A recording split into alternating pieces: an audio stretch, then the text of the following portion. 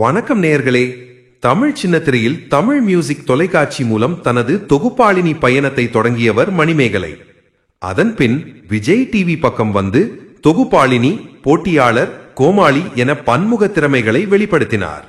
ஆனால் கடைசியாக ஒளிபரப்பான குக் வித் கோமாளி சீசனில் ஏற்பட்ட பிரச்சனையால் விஜய் டிவியிலிருந்து முழுமையாக விலகினார். பின்னர் ஜீ தமிழில் டான்ஸ் ஜோடி டான்ஸ் நிகழ்ச்சியை தொகுத்து வழங்கிய அவர் தற்போது புதிய நிகழ்ச்சிகளிலும் பிஸியாக உள்ளார்.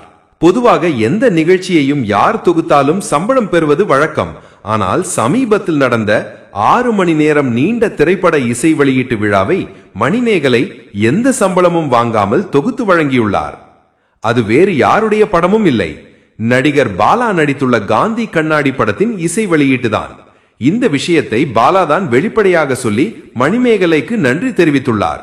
உங்களுடைய கருத்துக்களை மறக்காம இந்த வீடியோக்கு கீழே கமெண்ட் செய்யுங்க.